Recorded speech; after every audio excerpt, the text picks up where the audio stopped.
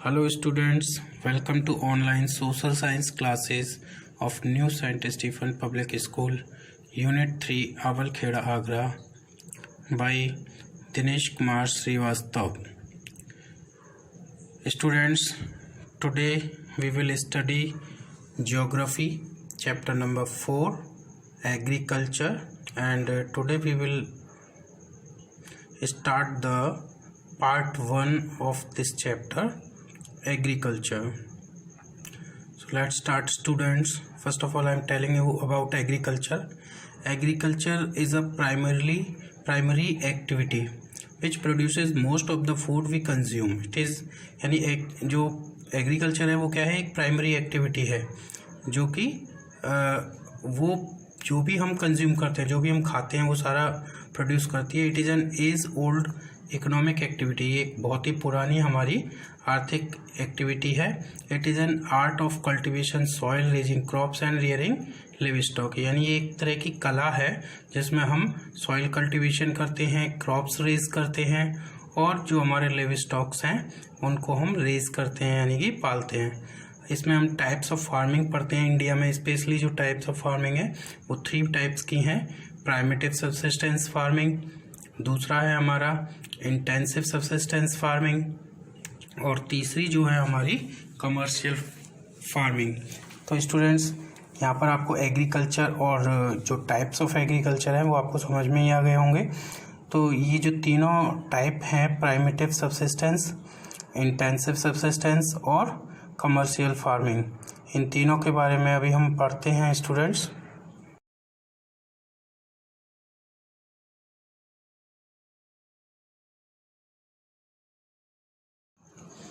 तो सबसे पहले हम लेते हैं प्राइमेटिव सबसिस्टेंस फार्मिंग. तो इसकी हम सबसे पहले फीचर्स पता करते हैं. तो क्या हैं ये? Practised in few pockets of India. मतलब ये जो फार्मिंग है वो भारत के बहुत ही कम जगहों पर, फ्यू पॉकेट्स का मतलब यहाँ पर है बहुत ही कम स्पेस में, बहुत ही कम जगहों पर होती है. Practised on small patches of land, और जो छोटे छोटे जो लैंड के जो टुकड़े हैं केवल उन्हीं पर ही की जाती है. Primitive tools like hoe, dao and digging sticks are used. और इसमें जो प्राइमेटिव टूल्स हैं बहुत ही हमारे जो पुराने, जैसे खुरपी है, फावड़ा है, स्टिक्स है, जो खोदने वाली जो होती है, उस तरह की चीज़ों का प्रयोग इसमें किया जाता है. फैमिली और कम्युनिटी लेबर इज़ यूज्ड. और इसमें कोई अलग से नहीं यूज़ की जाती, कोई लेबर कहीं से बुलाई नहीं जाती, बल्कि जो फैमिली के ही जो कम्युनिटी, जो फैमिली के लोग होते हैं या कम्युनिटी के लोग होते हैं वही इसमें वर्क करते हैं. It depends upon monsoon, natural fertility of the soil and environment condition of the crops grown. और ये पूरी तरह से जो मानसून होता है उस पर डिपेंड होती है, जो सॉइल की जो नेचुरल फर्टिलिटी है उस पर डिपेंड होती है, एनवायरमेंटल कंडीशंस पर, जो क्रॉप उगने के लिए जो ज़रूरत एनवायरमेंटल कंडीशन होते हैं उन पर डिपेंड होती है. कहने का मतलब है कि इसमें किसी भी तरह की जो आधुनिक टेक्निक्स हैं उनका यूज़ नहीं होता है, खाद का यूज़ नहीं होता है. फर्टिलिटी नेचुरली जो सॉइल की बनती है उसी से ही काम होता है. It is also called slash and burn agriculture. और स्टूडेंट्स, हम इसको स्लैश एंड बर्न एग्रीकल्चर भी कहते हैं. तो ये जो प्रिमिटिव जो है वो मोस्टली जो हमारे जो नोमैडिक पीपल थे उनके द्वारा इसको प्रैक्टिस किया जाता था. ये जनरली आज बहुत ही कम जो है क्षेत्रों में देखने को मिलती है देश के अंदर, और शायद अब इस तरह से तो फार्मिंग शायद अब बहुत ही कम होती है, क्योंकि यहाँ पर जो मानसून है उस पर डिपेंड रहते हैं और मानसून तो हमारे यहाँ डेफिनेट होते ही नहीं है. और जो नेचुरल फर्टिलिटी है सॉइल की वो भी अब एक तरह से अब नहीं हो पाती है. एनवायरमेंटल कंडीशन भी ये हमें बनानी पड़ती हैं, इरिगेशन सिस्टम हमें डेवलप करना पड़ता है, तब जा कर के ये हमारी सारे फीचर्स हमें मिल पाते हैं. नेक्स्ट देखें स्टूडेंट्स, इसमें है इंटेंसिव सबसिस्टेंस फार्मिंग. इंटेंसिव का मतलब होता है जो बड़े स्केल पर होती हो, है ना. प्रिमिटिव का मतलब होता था जो छोटे स्केल पर होने वाली, है ना, जो केवल फैमिली कंज्यूमशंस के लिए ही होती है. और इंटेंसिव है, ये थोड़ा बड़े स्केल पर बड़े एरिया पे होती है, लेकिन ये भी देखा जाए तो फैमिली कंजम्पशंस के लिए होती है। प्रैक्टिस इन एरिया और regions where the cultivable land is limited, यानी जहाँ पर जो कल्टिवेबल लैंड है यानी खेती योग्य जो भूमि है वो बहुत ही लिमिटेड है। And the density of population high, लेकिन जो पॉपुलेशन की डेंसिटी है वो हाई है, यानी जनसंख्या ज़्यादा है, खाने वाले ज़्यादा हैं और लैंड कम है, तो वहाँ पर इस खेती को किया जाए, ये खेती होती है। लेबर इंटेंसिव फार्मिंग है ये, यानी इसमें बहुत ज़्यादा लेबर की ज़रूरत पड़ती है, क्योंकि कम लैंड पर हमें ज़्यादा से ज़्यादा लोगों के लिए हमें जो प्रोडक्शन करना पड़ता है, तो इसलिए ज़्यादा लेबर की ज़रूरत पड़ती है। High doses of biochemical inputs and irrigation are used for obtaining higher production use करने के लिए, क्योंकि ज़्यादा से ज़्यादा लोगों के लिए प्रोडक्शन करना है, तो हमें इसमें कम जगह पर ही ज़्यादा करने के लिए जो बायोकेमिकल इनपुट्स होते हैं उनकी हाई डोज यूज़ करनी पड़ती है ना। इरिगेशन सिस्टम जो होते हैं उनको भी अच्छे क्वांटिटी में हमें यहाँ पर यूज़ करना पड़ता है, क्योंकि अगर हम इसको यूज़ नहीं करेंगे तो उतनी फसल जो है प्रोड्यूस नहीं होगी जितनी की रिक्वायरमेंट है। और जो प्रेशर पॉपुलेशन का ज़्यादा है तो ज़्यादा लोगों के लिए खाने के लिए नहीं ये हो पाती है ना।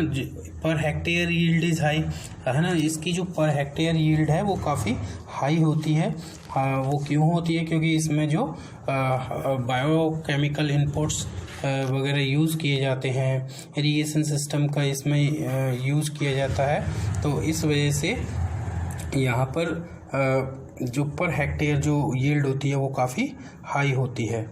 नेक्स्ट स्टूडेंट्स कमर्शियल फार्मिंग, है ना, इसको व्यापारिक खेती भी कहते हैं। इसके फीचर्स क्या हैं देखिए। इन this farming farmers grow crops for trade, है ना, इस फार्मिंग में जो है स्वयं के कंजम्पशन के लिए या फैमिली कंजम्पशन के लिए क्रॉप नहीं उगाई जाती, बल्कि ये ट्रेड के लिए, व्यापार के लिए उगाई जाती है। प्रैक्टिस्ड ऑन लार्ज फार्म्स, और ये बड़े बड़े फार्म्स में, खेतों पर इस खेती को किया जाता है। Higher doses of modern inputs are use, इसमें जो मॉडर्न इनपुट्स होते हैं जैसे कि HYV सीड्स है, केमिकल फर्टिलाइजर्स है, इंसेक्टिसाइड्स हैं, पेस्टिसाइड्स हैं, इनकी ज़्यादा से ज़्यादा डोज यूज की जाती है। किस लिए? ताकि जो हायर प्रोडक्शन है, हायर प्रोडक्टिविटी है, उसको ऑब्टेन किया जा सके, प्राप्त किया जा सके, क्योंकि ये ट्रेड पर्पज के लिए इसको केवल बेचना होता है। कैपिटल इंटेंसिव फार्मिंग, और ये कैसी है? कैपिटल इंटेंसिव, इसमें ज़्यादा से ज़्यादा कैपिटल यानी कि पूंजी की, धन की ज़रूरत पड़ती है। The degree of commercialisation of agriculture varies from one region to another, और जो कमर्शियलाइजेशन का मतलब व्यापारीकरण की जो डिग्री होती है, अवस्था होती है, वो अलग अलग क्षेत्रों के अकॉर्डिंग अलग अलग होती है। कहीं पर ज़्यादा है, कहीं पर कम है, तो वो रीजन वाइज चेंज हो जाती है। जैसे हम एग्जांपल लें तो जो राइस है, rice is a commercial crop in Haryana and Punjab. अगर हरियाणा और पंजाब की बात करें तो यहाँ पर ये कमर्शियल क्रॉप है, एक व्यापारिक फसल है, यानी यहाँ पर इसका जो प्रोडक्शन होता है वो केवल किस पर्पज़ से होता है? कमर्शियल पर्पज़ से होता है, यानी ट्रेड पर्पज़ से। But in Orissa it is a subsistence crop, लेकिन उड़ीसा की बात करें तो ये जो क्रॉप है वो कैसी है? सबसिस्टेंस क्रॉप है, यानी वहाँ पर ये केवल जो वहाँ के लोग हैं उन्हीं के कंज्यूमशन के लिए यूज़ की जाती है।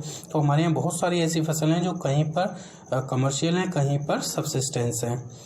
नेक्स्ट देखते हैं स्टूडेंट प्लांटेशन जो है it is a type of commercial farming, ये भी एक कमर्शियल फार्मिंग का ही एक टाइप है। इसमें डिफरेंस क्या है कि इस single crop is grown on a large area, इसमें क्या होता है कि एक लार्ज एरिया पर एक ही क्रॉप ग्रो की जाती है, यानी बहुत बड़े एरिया पर। It covers large tracts of land with the help of migrant labourers, यानी इसमें क्या होता है? लार्ज ट्रैक्ट ऑफ लैंड, यानी इसमें बड़े बड़े जो लैंड के जो पीसेज होते हैं, टुकड़े होते हैं, उन पर ये किया जाता है प्लांटेशन। और इसमें जो माइग्रेंट लेबरर्स हैं, यानी दूर जगहों से आने वाले जो लेबरर्स हैं, वो यहाँ पर काम करते हैं। और उसी की तरह से कमर्शियल की तरह से higher doses of modern inputs like HYV seeds, chemical fertiliser, insecticide, pesticides are used. यहाँ पर भी हाई प्रोडक्टिविटी को प्राप्त करने के लिए ये सारे मॉडर्न इनपुट्स का यूज़ किया जाता है। इंसेक्टिसाइड्स है, पेस्टिसाइड है, केमिकल फर्टिलाइजर्स हैं या HYV सीड्स हैं। It has an interface of agriculture and industry, यानी इसका जो ये जो प्लांटेशन है इसमें क्या होता है, एग्रीकल्चर और इंडस्ट्री दोनों का इंटरफेस होता है, दोनों का मिक्सर होता है, यानी दोनों ही इसमें इन्वॉल्व होते हैं। कैसे?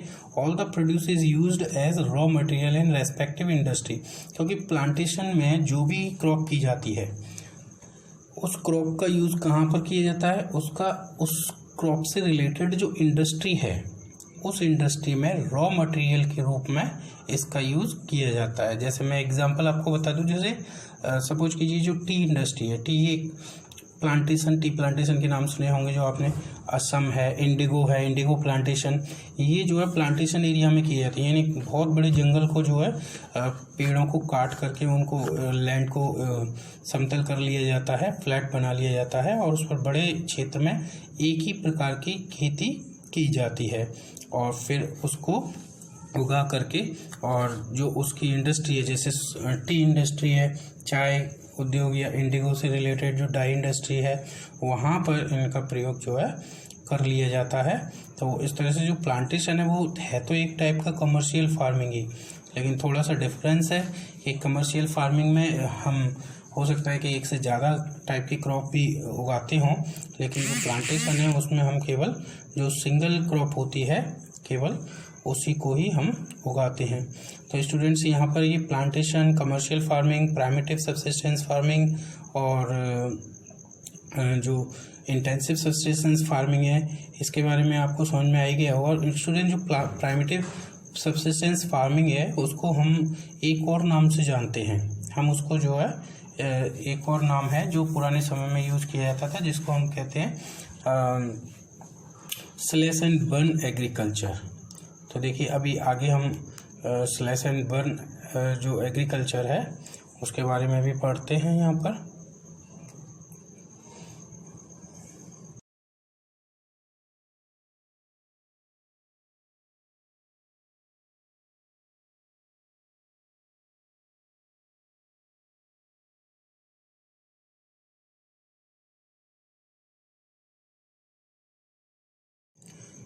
तो देखिए student, slash and burn agriculture, इसमें क्या होता है, it is also a type of primitive subsistence farming, यानी ये भी एक टाइप का प्रिमिटिव सब्सिस्टेंस फार्मिंग है।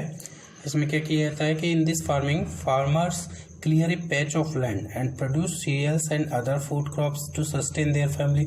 इसमें क्या होता है, जो फार्मर होते हैं वो एक पैच ऑफ लैंड को, यानी लैंड के एक टुकड़े को क्या करते हैं, क्लियर कर लेते हैं, यानी वहाँ से जो जंगल वगैरह होते हैं उनको काट देते हैं और वहाँ पर सीरियल्स और जो दूसरे फूड क्रॉप्स होते हैं जो उनकी फैमिली के लिए, जो उनके जो एनिमल्स हैं उन सब के लिए जो ज़रूरी होते हैं उनको वो ग्रो करते हैं। And when the soil fertility decrease है, और जब धीरे धीरे जो सॉइल की जो फर्टिलिटी है वो कम हो जाती है, the farmer shift and clear A fresh patch of land for cultivation. तो फार्मर क्या करते हैं, वहाँ से शिफ्ट कर जाते हैं और किसी दूसरे पैच ऑफ लैंड को जो फिर से कल्टिवेशन के लिए क्लियर करते हैं। यहाँ पर जो फार्मर्स है, स्पेशली जो नोमैडिक पीपल हुआ करते थे पहले, वो इस प्रयोग को किए, इस खेती को किया करते थे।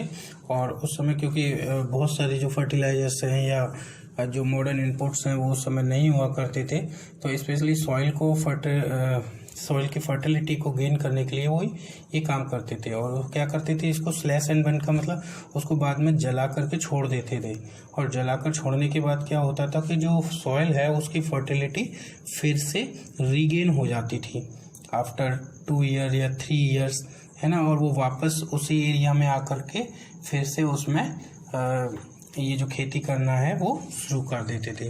क्योंकि वो केवल घूमते ही रहते थे, अलग अलग जगहों पर खेती करते थे, उनका कोई निश्चित स्थान नहीं होता था। उनके बारे में आपने पढ़ा ही होगा, नोमैडिक पीपल के बारे में, वो किसी एक स्थान पर नहीं ठहरते थे। तो it is called jhuming in north eastern states like Assam, Meghalaya, Mizoram and Nagaland. So thank you students for watching this video.